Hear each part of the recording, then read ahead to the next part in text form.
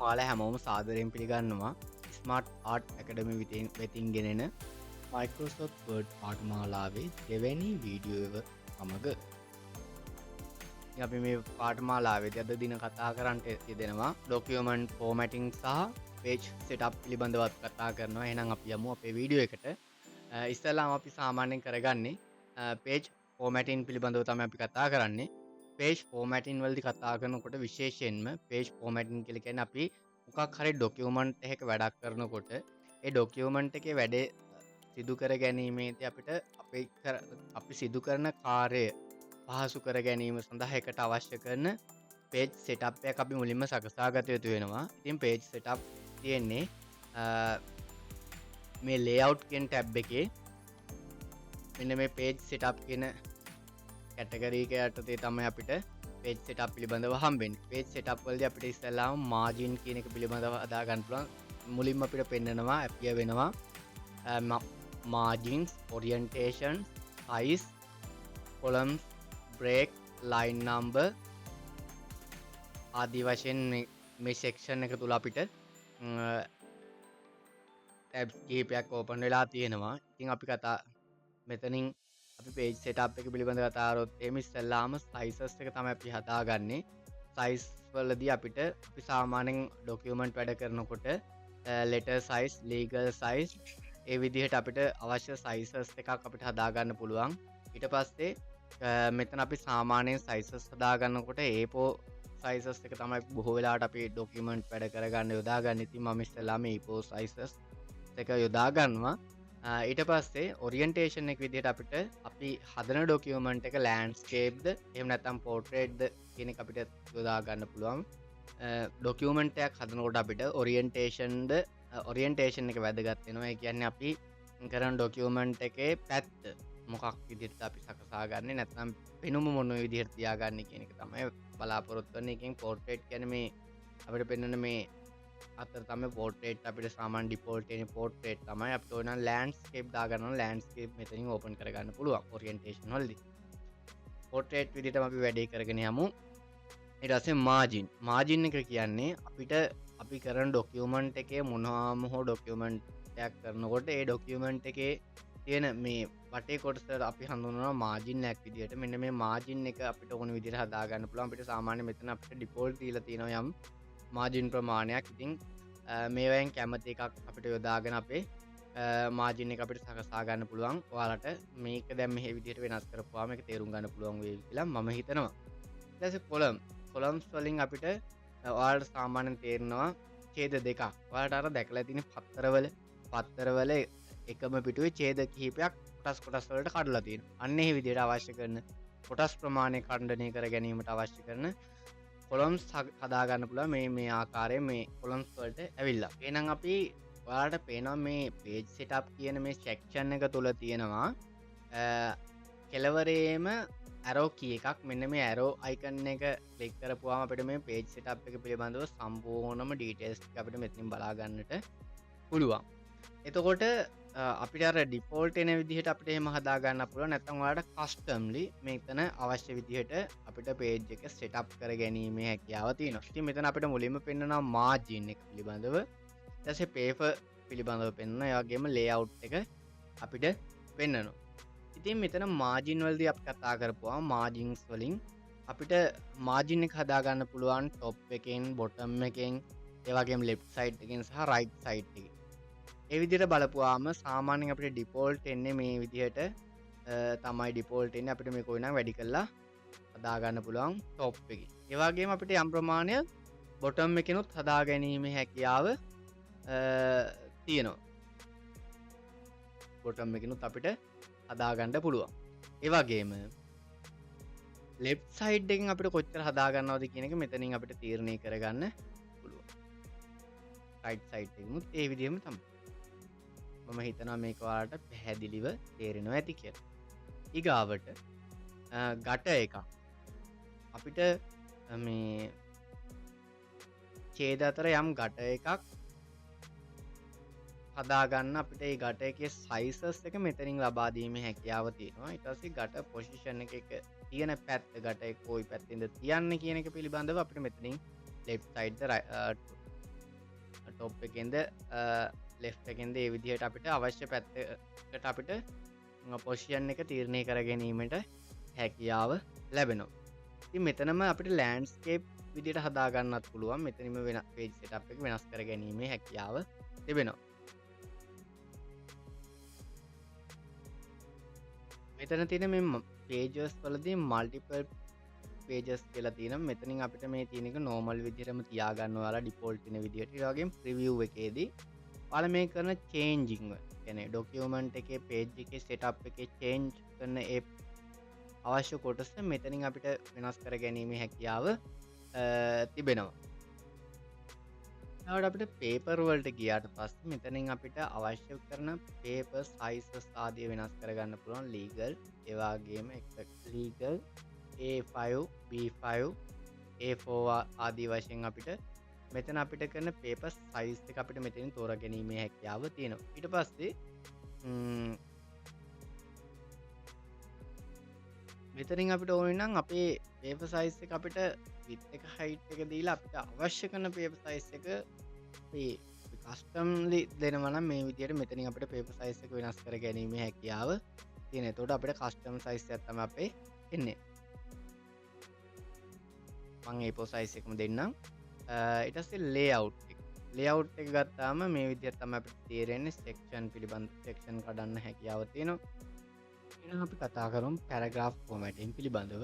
Paragraph ෆෝමැටින් පිළිබඳව බහුතරයක් කටයුතු කරන්න අපිට තියෙන බොහෝ කටයුතු සිදු කරන්න තියෙන හෝම් ටැබ් එකේ ඉඳගෙන. ඒ හෝම් ටැබ් එකට ආපුවම අපිට ඩිෆෝල්ට් මෙන්න මේ ටික තමයි අපිට පෙන්වන්නේ. ඒ හෝම් ටැබ් එකේදී ඔයාලට පුළුවන් මේ පැරග්‍රාෆ් වල තියෙන සෙටින්ග්ස් නැත්නම් ඡේද ආදී වල තියෙන යම් දේවල් වෙනස්කම් කර ගැනීම හැකියාව ලබා දීලා තියෙනවා.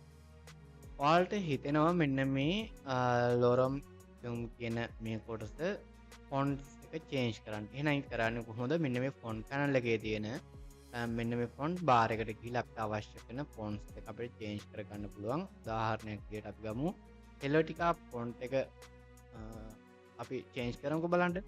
හෙලෝටිකා ගහලා මෙතන ටයිප් කරලා ඉවරලා අපිට හෙලෝටිකා එනවා. එතකොට හෙලෝටිකා අපිට චේන්ජ් කරගන්න පුළුවන්. ඔයාලට ඕනේ වෙනවා මේක බෝල්ඩ් කරලා සයිස් එක චේන්ජ් කරන්න. එහෙනම් ඒක කරන්නේ කොහොමද?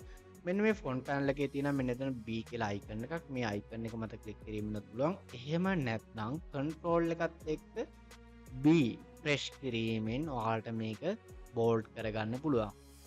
බෝල්ඩ් කරගෙන ඔයාලට යම් ප්‍රමාණයකට මේකට සයිස් එක චේන්ජ් කරගන්න ඕනි නම් මෙන්න මෙතන ඒ අයිකන් එක මත ක්ලික් කිරීමෙන් අපිට පුළුවන් මේකේ සයිස් එක චේන්ජ් කරගන්න. මම සයිසස් එක 20ක් කරලා තියන්නම්. ඔයාලට ඒත් එක්කම ඕන වෙනවා මෙන්න මේ ලොරම් zoom කියන කොටස සෙන්ටර් ලයින් කරගන්න. සෙන්ටර් ලයින් කරගන්න මෙන්න මේ පැරග්‍රාෆ් වල තියෙන සෙන්ටර් ලයින් එක දෙන්න පුළුවන්. ඉතින් මේ සෙන්ටර් ලයින් දෙන්න නම් මේ සෙන්ටර් ලයින් එකත් එක්ක ඔයාලට දෙන්න පුළුවන් කන්ට්‍රෝල් එකත් එක්ක E ප්‍රෙස් කරොත් එහෙම කෙලින් මේ අවශ්‍ය කොටස සිලෙක්ට් කරලා කන්ට්‍රෝල් එකත් එක්ක E ප්‍රෙස් කරපුවාම මේක සෙන්ටර් ලයින් වෙනවා. එතකොට යට ඡේදයත් සෙන්ටර් ලයින් වුණා වගේ පේනවා. මේක වෙනස් කරගන්න නම් ඔයාලට ඕනේ මේ යට ඡේදය මේ පැරග්‍රාෆ් එක left side align කරගන්න. ඒක කරගන්න නම් මෙන්න මෙතන තියෙන පැරග්‍රාෆ් එකේ මේ align bar එකට ගිහලා මෙතනින් align කරගන්න පුළුවන්. එහෙම නැත්නම් control එකත් එක්ක L press කරලා ඔයාලට මේක left side align කරගන්න පුළුවන්. හරි. ඊගාවට අපි මේක මෙන්න මේ කොටස ඔයාලට මේක center line කරන්න නම් එහෙනම් මොකක්ද කරන්න තියෙන්නේ? control එක E press කරලා අපිට මේක center කරන්න පුළුවන්. ඊට මේක size එක වෙනස් කරගන්න නම් මේකත් අපිට 20 දාගන්න නම් මෙතන අපිට එලෙම ටයිප් කරලා 20ක් දීලා අපිට ෆොන්ට් එක චේන්ජ් කරගැනීමේ හැකියාව තියෙනවා. ඔයාලට ඕන වෙනවා මෙන්න මේ ෆොන්ට් එකේ කලර්ස් චේන්ජ් කරගන්න. කොහොමද කලර්ස් එක චේන්ජ් කරන්නේ? කලර්ස් චේන්ජ් කරන්න නම් ඔයාලට මෙහෙම සිලෙක්ට් කරාට පස්සේ අපිට සාමාන්‍ය ඩිෆෝල්ට් මේ විදිහට පෙන්වනවා. එහෙම නැත්නම් මෙන්න මෙතන ෆොන්ට් කලර්ස් වලට ගිහිල්ලා මෙන්න මේක අපිට අවශ්‍ය කලර්ස් එක චේන්ජ් කරගැනීමේ හැකියාව තියෙනවා. ඔයාලට දැන් මෙහෙම දෙයක් හිතනවා. මෙන්න මේ චේන්ජ් කරපු එක පිටිපස්සෙන් අපිට highlight කරගන්න ඕනේ වගේ එකක් හිතෙනවා නම් එතනම තියෙන අපිට highlight pen එකක් fonts color change කරපු එකට වම් මත පැත්තෙන් මෙන්න මේ highlight කරන්න ඕනේ. මෙන්න මේ pen එක මත ක්ලික් කරලා අපිට අවශ්‍ය කරන colors එක දීලා අපිට මේක අපේ ෆොන් හයිලයිට් කර ගැනීම හැකියාව තියෙනවා. සාමාන්‍යයෙන් අපි මේ වගේ දේවල් හයිලයිට් කරන්නේ අපිට දැන් උදාහරණයක් විදිහට ඡේදයේ තියෙන මේ ඔපොසිට් කියන කොටස අපිට හයිලයිට් කරගන්න ඕන වුණා කියනකොට මෙන්න මේ කොටස හයිලයිට් කරගන්න ඕන වුණාම අපි මෙතනට ගිහිල්ලා හයිලයිට් පෙන් එක මතට ගිහිල්ලා අපිට මේ කොටස හයිලයිට් කරලා පෙන්වන්න හැකියාවක් තියෙනවා. හරි. ඊගාවට ඔයාලට හිතෙනවා මෙන්න මේ කොටස where does it come from කියන මෙන්න මේ කොටස center line දීලා center line දෙන්නේ කොහොමද? control press කරනවා E press කරලා අපිට center line ගන්න පුළුවන්. මේක size change කරන්න පුළුවන් අපිට control එකයි shift එකයි M අකුර M key එකට මෙහා පැත්තේ තියෙන අර මාළුව කට ඇරියා වගේ ක්ලික් කරලා අපිට change කරන්න පුළුවන් හැකියාව තියෙන මේ font size එක. හරි. ඊගාවට මේක අපිට ඔයාලට හිතෙනවා මෙන්න මේ කොටස අපිට කලර්ස් එක චේන්ජ් කරලා මේකට තැඹිලි පාට දාමු. මෙන්න මේකය බෝල්ඩ් කරලා ඉතාලික් කරලා අන්ඩර්ලයින් කරන්න. ඔන්න මේ විදිහට තමයි අන්ඩර්ලයින් කරන්නේ. දැන් මේ බෝල්ඩ් කරන එක, ඉතාලික් කරන එක, අන්ඩර්ලයින් කරන එක මේ විදිහට අපිට කරන්න ඕනේ නෑ. මේ ෂෝට් කට් කීස් ටික අපි මතක තියාගන්න ඕනේ. අපි නිරන්තරයෙන් ඩොකියුමන්ට් වැඩ කරනවා නම් අනිවාර්යෙන්ම මෙන්න මේ ෂොට්කට් කී අපි මතක තබා ගත යුතු වෙනවාමයි. ඔයාලට දැන් මෙහෙම අන්ඩර්ලයින් කරාට පස්සේ ඔයාලට හිතනවා නෑ මේ ඉරක් නෙමෙයි තියෙන්න ඕනේ. ඔයාලට ඕනේ කඩ ඉරක්. එහෙම නැත්නම් තිත් ටිකක්. මේක කරගන්නේ කොහොමද? එහෙනම් මෙන්න මේක කරගන්න නම් ඔයාලට තියෙනවා ඇති මේ පෙන්වන්න ඇති අන්ඩර්ලයින් කියන මෙන්න මේ අයිකන් එකට මෙහා දකුණු අත පැත්තෙන් ඇරෝ කී එකක් තියෙනවා. මෙන්න මේ ඇරෝ කී එක ක්ලික් කරලා බලන්න. ප්‍රෙස් කරලා බලන්න. මෙන්න මේ ඇරෝ කී එක ප්‍රෙස් කරාම ඔයාලට අවශ්‍ය කරන ලයින් ටික අපිට මෙතනින් තෝරා ගැනීමේ හැකියාව තියෙනවා. ඔය විදිහට අපිට තෝරගන්න පුළුවන්. ඒ විතරක් නෙමෙයි. දැන් මෙතනට ගියාට පස්සේ ඔයාලට පෙන්නනවා මෙන්න මෙතෙන් නන් කරන්න පුළුවන්. ඔන්න මේකේ වෙනස්කම් ටිකක් කරන්න පුළුවන්. මේ more underline වලට ගිහිල්ලා අපිට underlines colors එක change කරන්න පුළුවන්. ඊට පස්සේ underline style එක change කරන්න පුළුවන්. ඊට පස්සේ underlines colors automatically වෙනස් වෙන විදිහට දාන්න පුළුවන් මෙතන. ඒ ටික මෙතනින් කරගන්නට හැකියාව තියෙනවා. ඒ විතරක් නෙමෙයි සමස්ත වශයෙන් අපි fonts වලට කරන සියලු changing මෙන්න මේ මෙතන ක්ලික් කළා මේ icon එක ක්ලික් කරලා more underlines කියන මත ක්ලික් කිරීමෙන් අපිට වෙනස්කම් සිදු කරන්න පුළුවන්. උදාහරණයක් විදිහට ඔයාලට ඕනේ බෝල්ඩ් කරන්නද, ඉතාලික් කරන්නද, නැත්නම් බෝල්ඩ් ඉතාලික් කරන්නද, sizes change කරන්න කොහොමද, fonts වර්ගය මොකක්ද? ඒ විදිහට අපිට මේ සියලු වෙනස්කම් මෙන්න මෙතනින් අපිට සිදු කර ගැනීමේ හැකියාව තියෙනවා. හරි. අපි යමු ඉස්සරහට. ඔයාලට හිතෙනවා මෙන්න අපි ගමු මේ කොටස කට් කරලා. හරි. දැන් අපි කියමු කොහොමද දෙයක් කොපි කරන්න. දැන් ඔයාලට හිතෙනවා මෙන්න මේ ලොරම් සූම් කියන එකම කොපි කරලා ගන්න ඕනේ කියලා. කොපි කරන්න ඕන නම් ඒ අවශ්‍ය කොටස සිලෙක්ට් කරලා රයිට් ක්ලික් කරලා මෙන්න මෙතන තියෙනවා කොපි කියලා. එහෙම නැත්නම්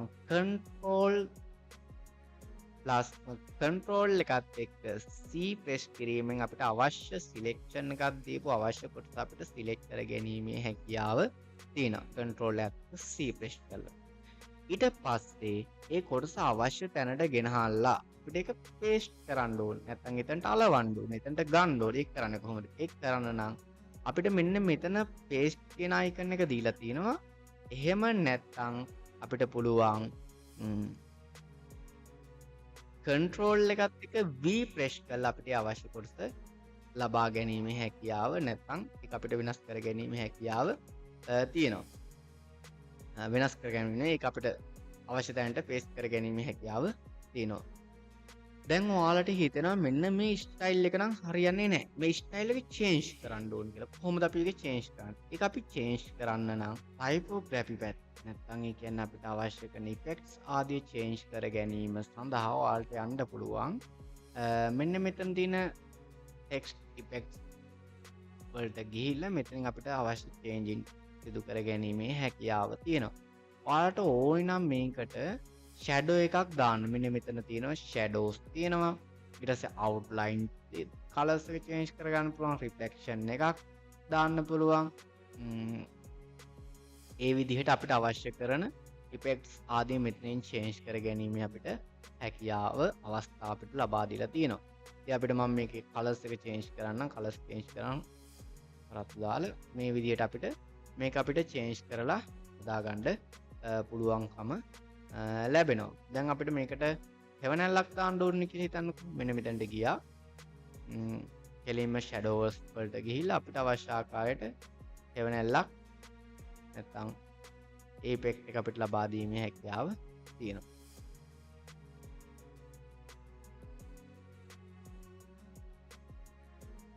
රිෆ්ලෙක්ෂන් එකක් දාන්න පුළුවන් අපිට අවශ්‍ය විදියට. ඔය විදියට රිෆ්ලෙක්ෂන් එකක් දාන්න පුළුවන්. ඔය විදියට මේ ෆොන්ට්ස් එකේ චේන්ජින් කරන්න මෙන්න මෙතනින් අපේ ආකාරයේ දේවල් ටික සිදු කර ගැනීමේ හැකියාව ලැබෙනවා. එහෙනම් අපි අදට මෙතනින් නතර වෙන්න. ඊළඟ වීඩියෝ එකකින් හමු වෙමු.